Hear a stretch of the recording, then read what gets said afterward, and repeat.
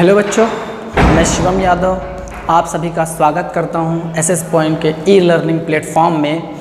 आज के लेक्चर में लेक्चर नंबर 0 में हम बात करने वाले हैं क्लास 9th के साइंस के केमिस्ट्री के सिलेबस की कि केमिस्ट्री में आपको कौन कौन से चैप्टर पढ़ने हैं। इसका नाम मैंने लेक्चर नंबर 0 इसलिए रखा है बिकॉज हम आज सिर्फ इंट्रोडक्शन की बात करेंगे और लेक्चर नंबर 1 जब शुरू करेंगे तब उसमें आपके पहले चैप्टर का है ना, पहले चैप्टर को जो भी हम यहाँ पर इंट्रोडक्शन दे रहे हैं उसे स्टार्ट करेंगे और वहाँ से आपकी क्लासेस स्टार्ट होंगी।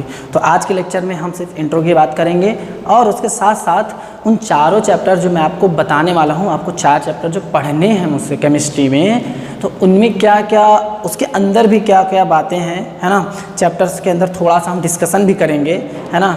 जैसे कि मूवी में एक होता नहीं है कि ट्रेलर दिखाया जाता है मूवी दिखाने से पहले थोड़ा सा, तो वही हम करेंगे, है ना। फर्स्ट चैप्टर जो आपको पढ़ना है पहले मैं उसके बारे में बताता हूँ, फिर सेकंड, थर्ड, देन फोर्थ, है ना। सबके बारे में मैं थोड़ा सा इंट्रो दूंगा और चारों चैप्टर का इंट्रो दूंगा आपको कि आपको क्लास 9th की केमिस्ट्री में 4 चैप्टर कौन कौन से पढ़ने हैं, ठीक है ना। तो चलिए देखिए क्लास 9th केमिस्ट्री।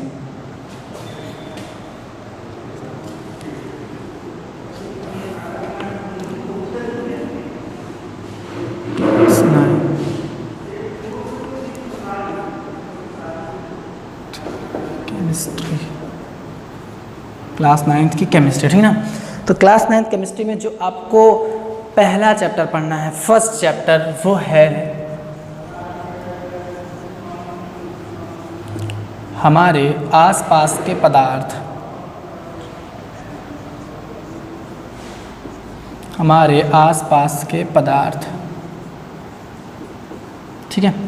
ये रहा आपका फर्स्ट चैप्टर, हमारे आसपास के पदार्थ। तो इसमें आप क्या पढ़ने वाले हैं? सबसे पहले तो आप जानेंगे कि सर पदार्थ क्या होता है। फिर आप गौर करते होंगे कि आप अपने चारों तरफ जब भी नज़र घुमाते हैं तो कुछ ना कुछ वस्तुएं आपको दिखती हैं, है ना। ये पदार्थ हैं, लेकिन इनकी डिफिनेशन क्या होती है, बेसिक डिफिनेशन क्या होती है, इसके बारे में आप जानेंगे। और उसके अलावा पदार्थ की कितनी अवस्थाएं होती हैं, उनकी भौतिक अवस्थाओं के बारे में जानेंगे, पदार्थ के गुण के बारे में जानेंगे, प्रॉपर्टीज़ कि किसी भी मैटर की क्या प्रॉपर्टीज़ होती हैं। इस चैप्टर में आपको इन सारी बातों को जानना है। ओके, ये हमारा है फर्स्ट ऑफ ऑल चैप्टर, हमारे आसपास के पदार्थ, जो आपको क्लास 9th की केमिस्ट्री में पढ़ना है। बात समझ में आ रही बच्चों, ठीक है। चलिए अब हम बात करते हैं अपने सेकंड चैप्टर की, दूसरे चैप्टर की, जिसका नाम है क्या हमारे आसपास के पदार्थ शुद्ध हैं, ठीक है ना। ध्यान दीजिएगा, जो दूसरा चैप्टर आपका है वो है क्या is matter us around is pure. Is matter us around, क्या हमारे आसपास के पदार्थ, आसपास के पदार्थ शुद्ध हैं।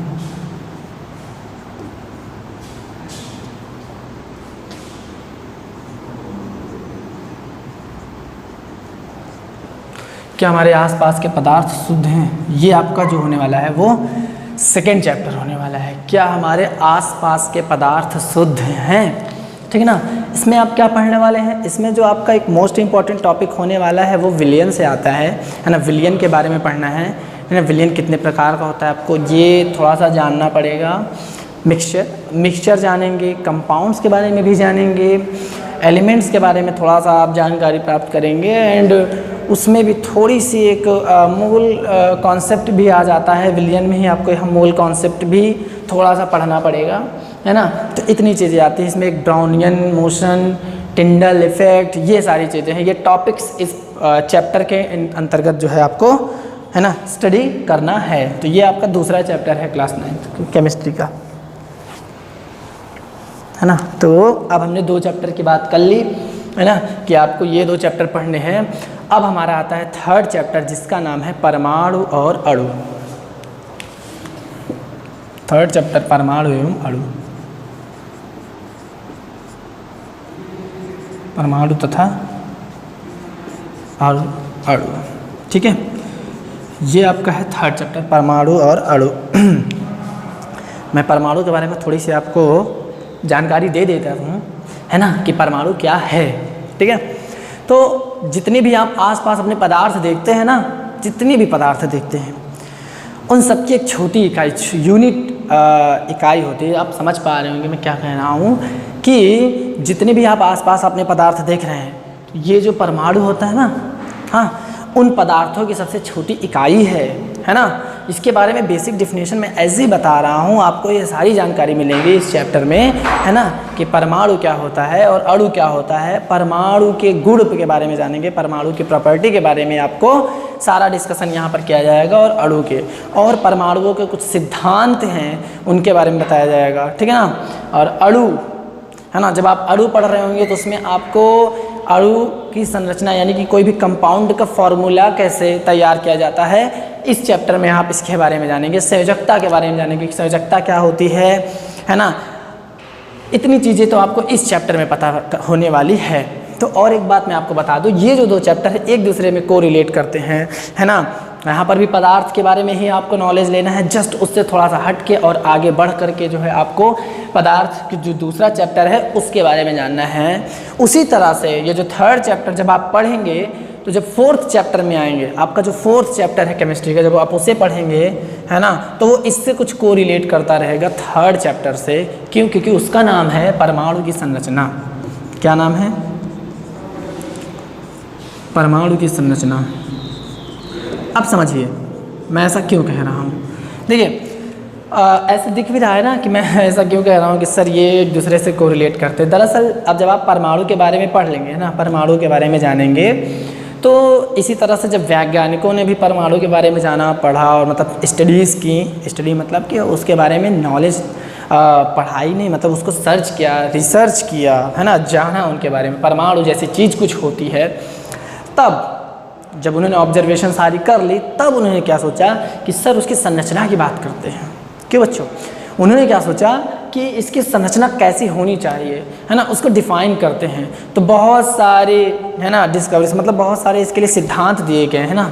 अब बहुत सारे क्या, मैं जैसे कि एग्जांपल आपको देता हूँ, थॉमसन का परमाणु मॉडल, रदरफोर्ड का परमाणु मॉडल, है ना, इस तरह से जो है रदरफोर्ड का परमाणु मॉडल, बोरबरी का परमाणु मॉडल, है ना, और ये सारे जो है आपको डाल्टन का परमाणु सिद्धांत, है ना, डाल्टन का परमाणु सिद्धांत तो मैंने बोला ही नहीं, जबकि स्टार्टिंग है वो, है ना। तो ये सारे जो है सिद्धांत दिए गए परमाणु की संरचना को व्यक्त करने के लिए कि आखिर परमाणु की जो संरचना होती है वो कैसे होती है। बेसिकली उन्होंने ये पता तो कर लिया था स्टार्टिंग में ही, डाल्टन और, है ना, सभी ने बताया कि सर परमाणु गोल होते हैं, ठीक है, स्फेरिकल होते हैं, बट उसके अलावा भी बहुत सारी बातें आती हैं परमाणु के अंदर, है ना, कि उसके अलावा क्या संरचना होती है परमाणु की। ठीक है, संरचना है, गोल होती है, उसके कंस्टिट्यूट्स के बारे में जानना था, कंपोनेंट्स के बारे में जानना था, सर वो बना किससे है।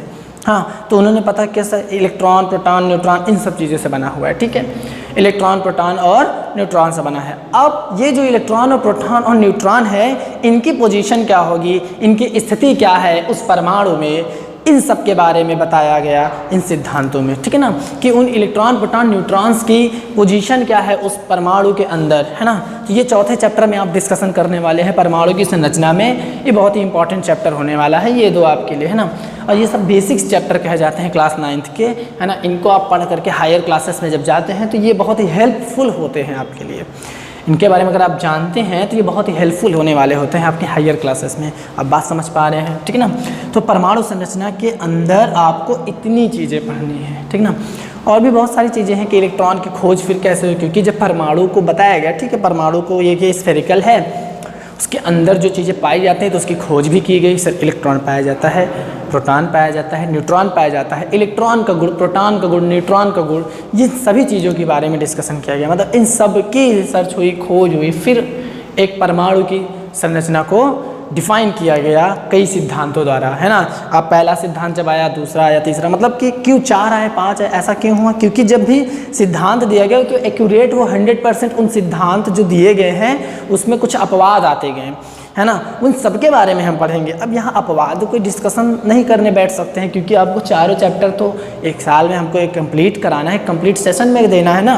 तो हम धीरे धीरे आपको सारी चीज़ों से रूबरू करवाते रहेंगे, ठीक है ना। फर्स्ट, सेकंड, थर्ड, फोर्थ सारी चैप्टर। तो जब इसको मैं थोड़ा सा आपको डिस्कशन कर देता हूँ, बता देता हूँ कि सर जब अपवाद आए तो दूसरा लेक्चर, मतलब दूसरा सिद्धांत आया, उसमें कमी हुई, तीसरा आया, ऐसे करते करते फिर परमाणु की एक फाइनल संरचना जिसका निर्धारित की गई। यहाँ सर स्पेरिकल होते हैं, इलेक्ट्रॉन उसके चारों ओर चक्कर लगाते हैं, प्रोटॉन और न्यूट्रॉन एक सेंटर में होते हैं, एक नाभिक जिसे कहते हैं, है ना। ये सारी चीज़ें बताई गई और सारा भार उसमें केंद्रित होता है नाभिक में।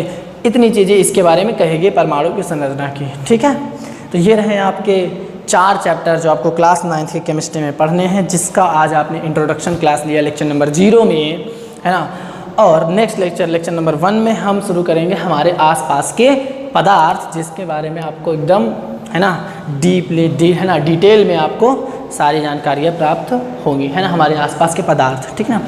और अगर आपको ये वीडियो अगर आपको वीडियो पसंद आया हो तो लाइक कीजिए, चैनल पर नए हो तो सब्सक्राइब कीजिए और बेल आइकन को ज़रूर दबाइए ताकि आपको हमारी वीडियोस की नोटिफिकेशन मिलती रहे। और उसके अलावा, है ना, शेयर कीजिए। तब तक के लिए धन्यवाद। नेक्स्ट वीडियो के लिए बने रहिए।